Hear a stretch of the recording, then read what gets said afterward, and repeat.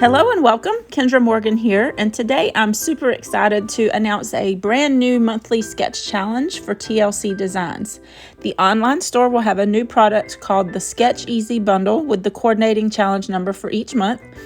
The bundles will include one digital stamp set and one small coordinating paper pack for only $5. You don't have to purchase the bundle in order to enter the challenge. There will be two ways you can win. So first is if you use a TLC product of any sort, follow the sketch and post a photo of your card in the TLC Designs Creative Sharing Group on Facebook. That's how you would enter. You would upload your photo under the TLC Designs Sketch Easy number 101 album, which is under Media, and you can enter to win a free digital stamp set of your choice. Now, if you buy the bundle and use the digital products to enter the challenge, you can have a chance to win the grand prize, which is a free digital stamp set of your choice plus a $10 gift certificate to the store. Now, anyone can play along and enjoy the sketch, but in order to win, you must use any TLC product, including the freebies. For the first 30-day challenge, beginning on August 2nd of 2021, the bundle includes the Poetic Pixie digital stamp set, which has this cute little fairy holding a pencil, plus a wooden sign on an easel, a stack of books, and quite a few sentiments, the ones you see here. It also includes the Magical Delight bundle paper pack, which has 6 different designs, and I'll show you those in just a moment. The sketch features 2 triangles on top of a layered frame piece with a circle in the center, layered on top of a scallop circle. This sketch also shows a little dragonfly embellishment, but you can use anything you'd like here. The Happy Dragonfly Circle die set is perfect to use with this, but if you don't have it, you can use something similar to create the circle pieces. This Sketch Easy bundle is a great value because not only do you get a digital stamp set with images that come in both JPEG and PNG file formats, you also get a set of digital papers. A link to the bundle will be in the description box below. When you purchase the bundle, you get access to the files immediately, so you can get creative right away. You don't have to wait for the mail to arrive. You also have until August 31st to post your photos to be entered to win. So here are the different papers in the bundle that I printed off with my laser printer. They are 5.5 by 8.5 inches. That's what I printed them as. And I'll be using the teal and green papers for the 2 cards that I'm making today. If you're not familiar with how to work with digital images or how to manipulate them, check out Misty's video that she recently shared called Digital Step-by-Step Crafting. She shares how to use Silhouette Studio to layer images like I did here with the sign and the sentiments. The video will be linked in the description box below, but I just basically printed out all of the different images that came in this bundle, and I made sure that they were grouped together and smaller than 3 inches and spread apart so that I could die cut them out later. So like I said, today I'll be sharing 2 different cards with you.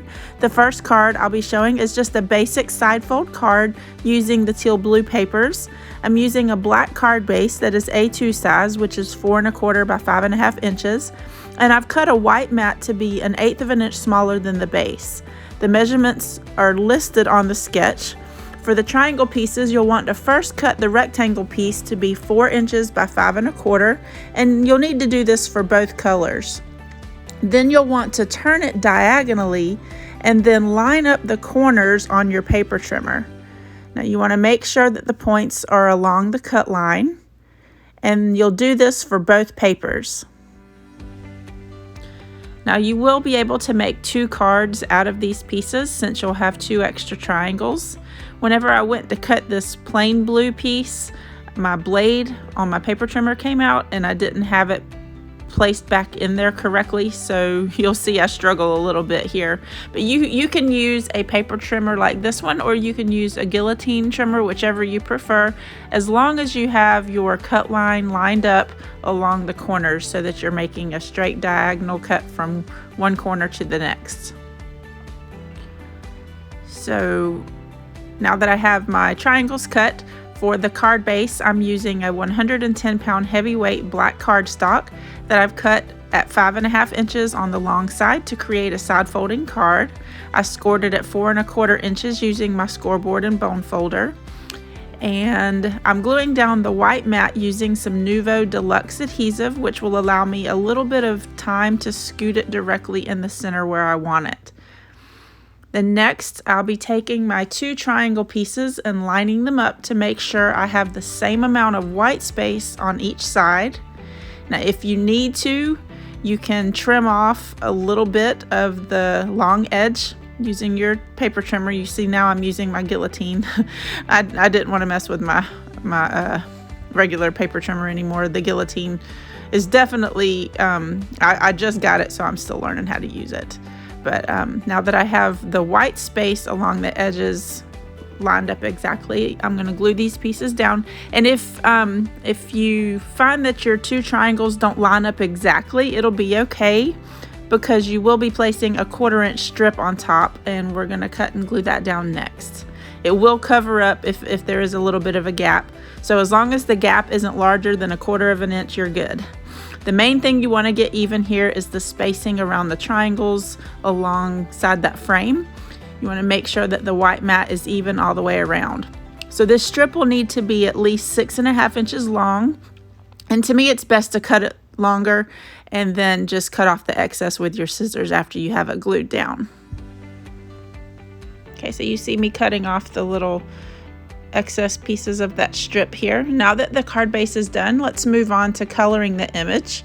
For this card, I decided to use the sentiment "You're a masterpiece" along with the fairy holding a pencil. So I'm going to start with coloring his skin using E55 first along his hairline and anywhere that there should be a shadow.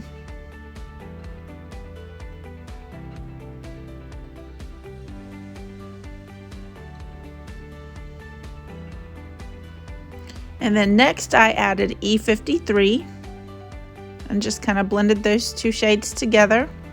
Now for his hat, I started with BG05 and I colored along the edges with the BG05, and then I added BG01.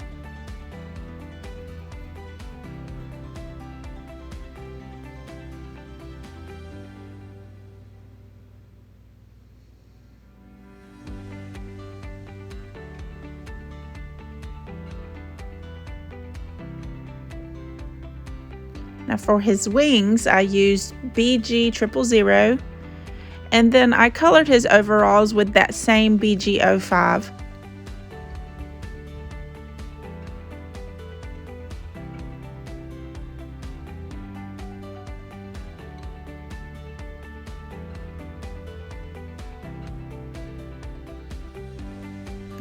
I added R20 to his cheeks, and I used that on the pencil eraser. And then for the pencil, I used Y02, and then E53 for the top, and then C3, which is a gray color, for the metal piece at the bottom of the pencil. So now that the image is all colored and our card base is ready to go, it's time to do some die cutting. And I'm using the Happy Dragonfly Circle die set, and I'm cutting out the image that I just colored with the double stitch circle die.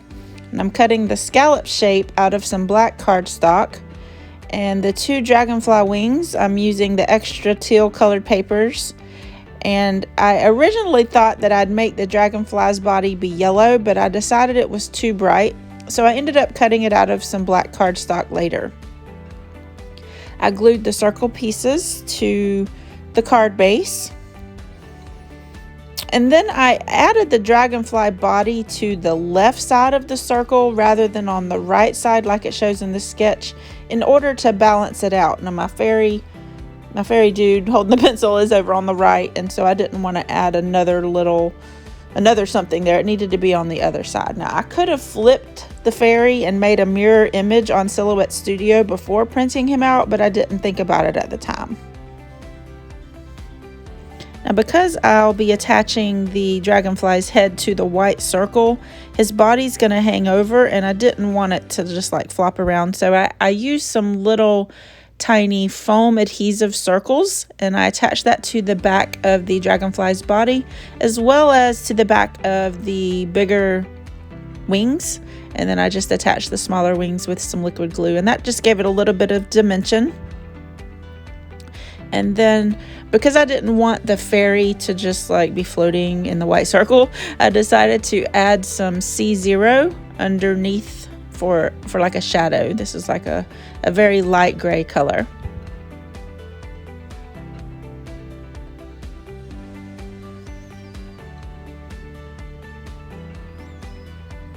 And then of course I wanted to add a little bit of sparkle, so I decided to add some clear Wink of Stella to his wings. And then next I added some turquoise bling rhinestone stickers to the center of the wings on the dragonfly. And then I also put some in the middle of the sparkle pieces on the top right triangle.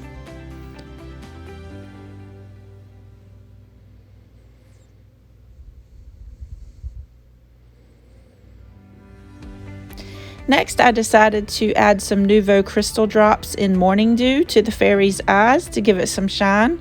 This does dry clear, it's similar to glossy accents. And this finishes off the first card. This next card is a fun diagonal fold card, and I'm going to show you how to create 2 card bases at once. You'll start with a sheet of heavyweight cardstock and score it down the middle, first at 5.5 inches and then at 4.25 inches. Next, you'll need something to mark from corner to corner diagonally. So I'm using the edge of my scoreboard and I'm lightly marking it with a pencil. And then this next part, you can either cut along that pencil line with a pair of scissors, or you can use a paper trimmer. This particular paper trimmer wouldn't let me place the paper along that diagonal line and close it because it wouldn't fit, it's too long. So I had to manipulate it a little bit and place it under the plastic bar at an angle, and then I cut what I could along that line, and then after doing that I cut the rest of it with some scissors. So you can use a guillotine trimmer if it's big enough, but mine wasn't. It had that little plastic piece in the way, so this paper trimmer seemed to work the best. I was too scared to do this with just plain old scissors because I don't really cut very straight. And then I just erased my pencil mark that was still showing. So next you'll want to take a bone folder and then burnish along the scored lines. And you want to make sure you're doing this on the right side. You'll see that I folded these backwards. My triangles were cut the other way, but I'll fix that here in just a second. And I need to change the blade on my paper trimmer. On my pink triangles here, the edges were a little bit frayed. You'll see when I cut here, there's some little frayed edges. So one way to fix that is to take a sand eraser along the edges, and that gets rid of some of those little paper flakes that are hanging off there. So since my triangles are going the other direction, I need to turn my card base the other way. So I just flipped it inside out basically, and I ran my bone folder along the edges again to make sure that it stays closed. And then you'll want to glue the pieces down. First you'll want to glue the matte piece first, and then the triangle piece on both the top and the bottom.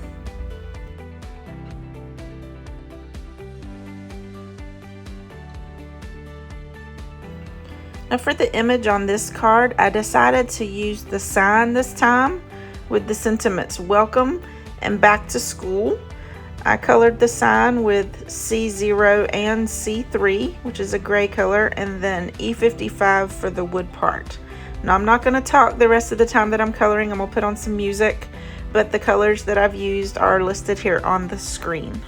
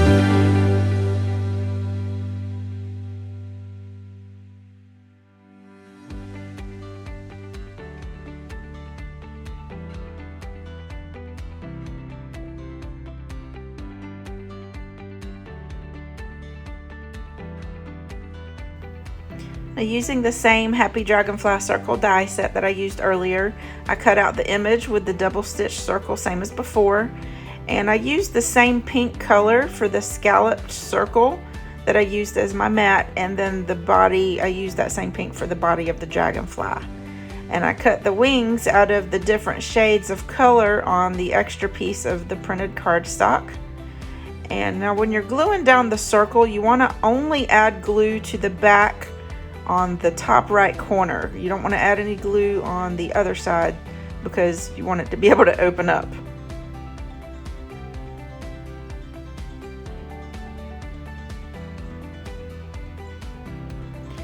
Then I glued the pink dragonfly's body to the circle, just the head of it, and I used some glue dots, oh my goodness. I only used glue dots on the head, so I didn't put any adhesive or anything on the rest of the body, and that way the dragonfly can just kind of hang over the side there when you open it up. Now, before attaching the wings, I wanted to add a little bit of shine, so I decided to use some green frost embossing powder on top.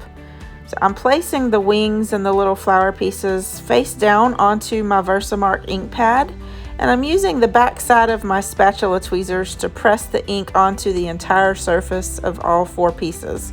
Now, you could use just some scrap cardstock to do this if you don't have anything flat. But I'm using my scrap piece of yellow cardstock to catch all of the excess embossing powder, and as you can see, I had a little bit of trouble getting that little tiny flower piece on there.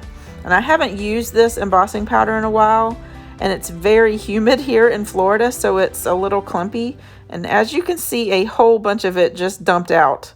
But luckily it all stayed on my scrap piece, so I can just pour it back into the jar after fishing out all of the pieces. I had to sift through it and try to find all of those little pieces. But before I melt the powder onto those pieces, I tried to shake off as much excess as I could. It had quite a bit of embossing powder on it. I made sure to heat up my heat gun for about 30 seconds before applying it, and I used my reverse tweezers to hold each of the pieces while applying the heat gun to melt the embossing powder. Otherwise, I probably would have burnt my fingers. This gets super hot, but I just love watching that embossing powder melt. That's like one of my favorite things.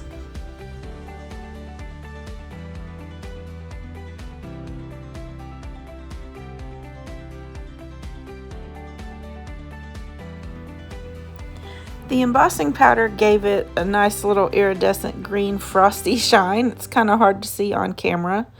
But I glued down the pieces using some Gina K Connect liquid glue. This is super strong.